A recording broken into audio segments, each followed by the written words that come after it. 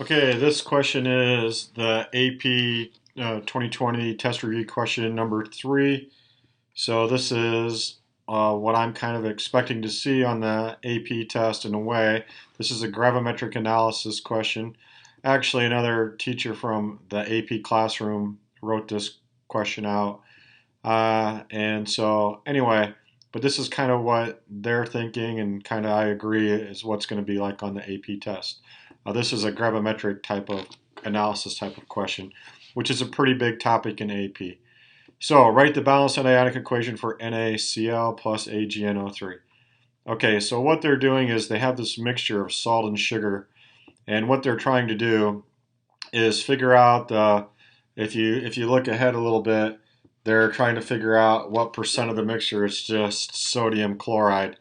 But first of all, you have to separate it. And so they're taking sodium chloride and they're dissolving it in water. That's going to make it AQ. They're taking the sugar and they're dissolving it in water. That's also going to dissolve. This mixture is going to dissolve and make them both AQ. All right. And so I'm already making a big mistake here. I'm not paying attention.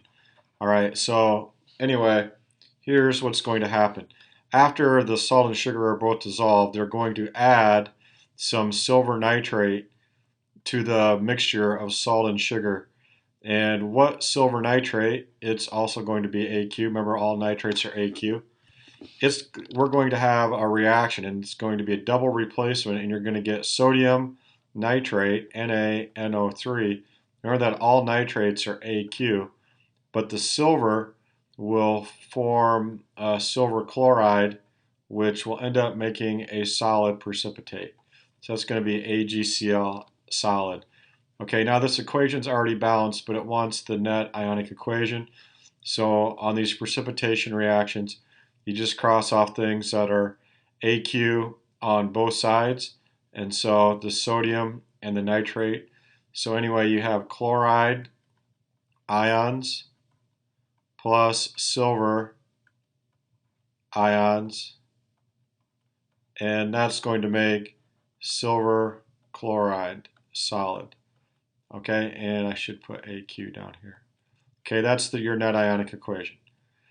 Okay, this question, how many milliliters of 1 molar silver nitrate will be required to precipitate 5.84 grams silver chloride?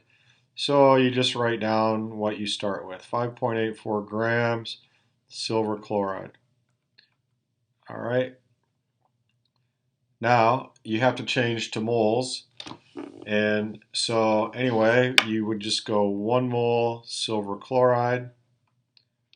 And the molar mass of silver chloride is 143.29 grams. And now I just Googled this, but on the AP test, you should use as many digits as their periodic table that you'll use gives you. All right. All right, and then the mole ratio is for every 1 mole silver chloride, you would need one, because it's a 1-to-1 ratio, 1 mole of silver nitrate.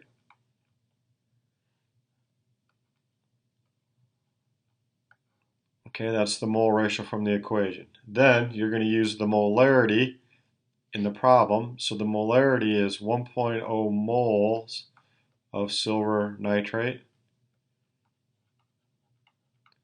for every 1,000 milliliters. Now this is using the molarity here. Okay, the molarity is 1 molar. So see how the moles cancel, leaving you with milliliters. And I don't know what's going on with this thing here, but it's not working very well. All right, so anyway, if you do the math, that equals 40.76 milliliters, which if you look back, they give you the molarity here as 2 significant digits. So if you reduce that to 2, you get 41 milliliters of silver nitrate is required. Okay, let's go on to the next problem. So now, how many moles of silver chloride are precipitated? Okay, so what you have to basically figure out is how many grams of silver chloride do you have. So here's your filter paper, And you can see that they've dried this multiple times to drive out the water. Okay, I think that's a question later on. But I would probably use either this one or this one. Okay, so I'm going to take the filter paper, which is 1.2, oops, nope, I'm going to take the mass, so I'll just use this 8.56. That's the latest weighing. And I'm going to subtract 1.21 grams from that. And if you used 8.55, I don't think that would be wrong either. Maybe that's what I should use. Anyway, so you subtract and you get 7.35 grams, and that's going to be your precipitate of AgCl. So how many moles of that were precipitated? So 7.35 grams. Silver chloride, you change that to moles. So for every 1 mole of silver chloride, you end up getting the molar mass is 143.29 grams. And so that's going to equal 0.0513 moles of silver chloride. Now, one thing right here, this type of problem right here is where AP sees if you know how to do significant digits. Remember, with addition and subtracting, it always goes by the number of decimal places. So both go out to the tenths, 100ths. So your answer should go out to the tenths, 100ths. That gives you 3 significant digits here. So you should use 3 here. That's supposed to be 0.513 there. All right, now how many grams of sodium chloride were present in the original mixture? So you take this 0.0513 grams of silver chloride, or mole, this is moles of silver chloride, not grams, so moles of silver chloride. You have to use the mole ratio from the balanced equation, which, if you remember, it's a 1-to-1 ratio. So for every 1 mole of silver chloride that's formed, you would need 1 mole of NaCl. And then you just change the moles of NaCl to grams. So 1 mole of silver chloride, and that's going to be equal to 58.44 grams of sodium chloride. And so if you do the math, it ends up equaling 3 pretty much, but you want to use 3 significant digits. So it's 3 grams of NaCl. Okay, what is the percent? A lot of times AP would word this, what is the mass percent of NaCl in the mixture? So basically you take the part that the mass of NaCl, so 3 grams of NaCl, you have to go back and read the problem, and the mixture is 5.84 grams. So you divide that by 5.84, 5.84 grams mixture, and then you multiply that times 100, and you end up getting 51.4% would be that. All right.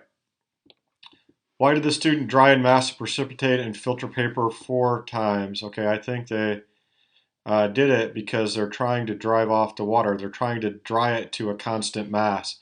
And so you can see right here the mass pretty much remains constant. Okay, so you always dry it to constant mass to make sure you drive out all the water. All right.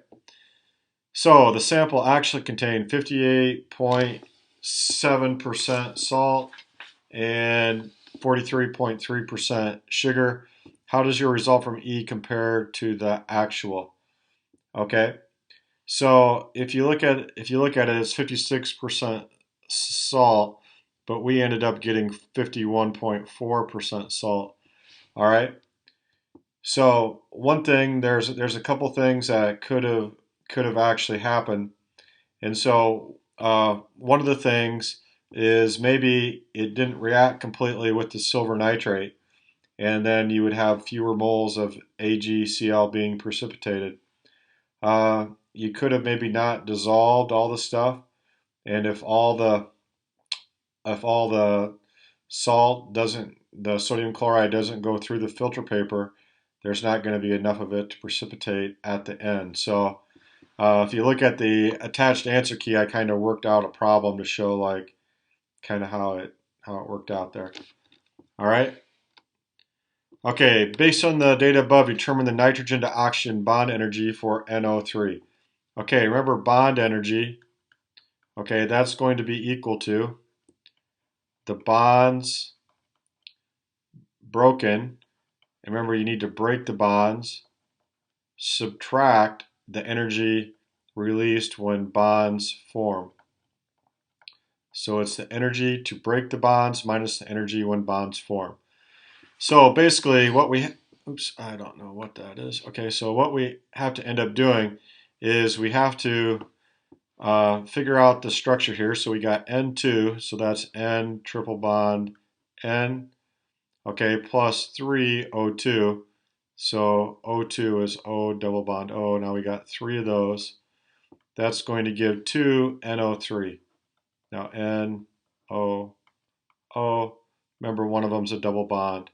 Okay, but this one is has a resonance structure, and so even though it shows a double bond here, all three of these bonds are identical because the true, or in the theory says in the true bond between the three NOs are all the same. It's kind of a hybrid between a double and a single here. Okay, so we're trying to find that energy of one of those bonds. Okay, so basically you can just set up a math equation. So first we got to break that triple bond, and that's 941 kilojoules, and there's only one of those. Okay, and then we're going to add that to, there's 3 of these O2 bonds, so we got to take 3 times 498. Okay, now we'll just do all that together.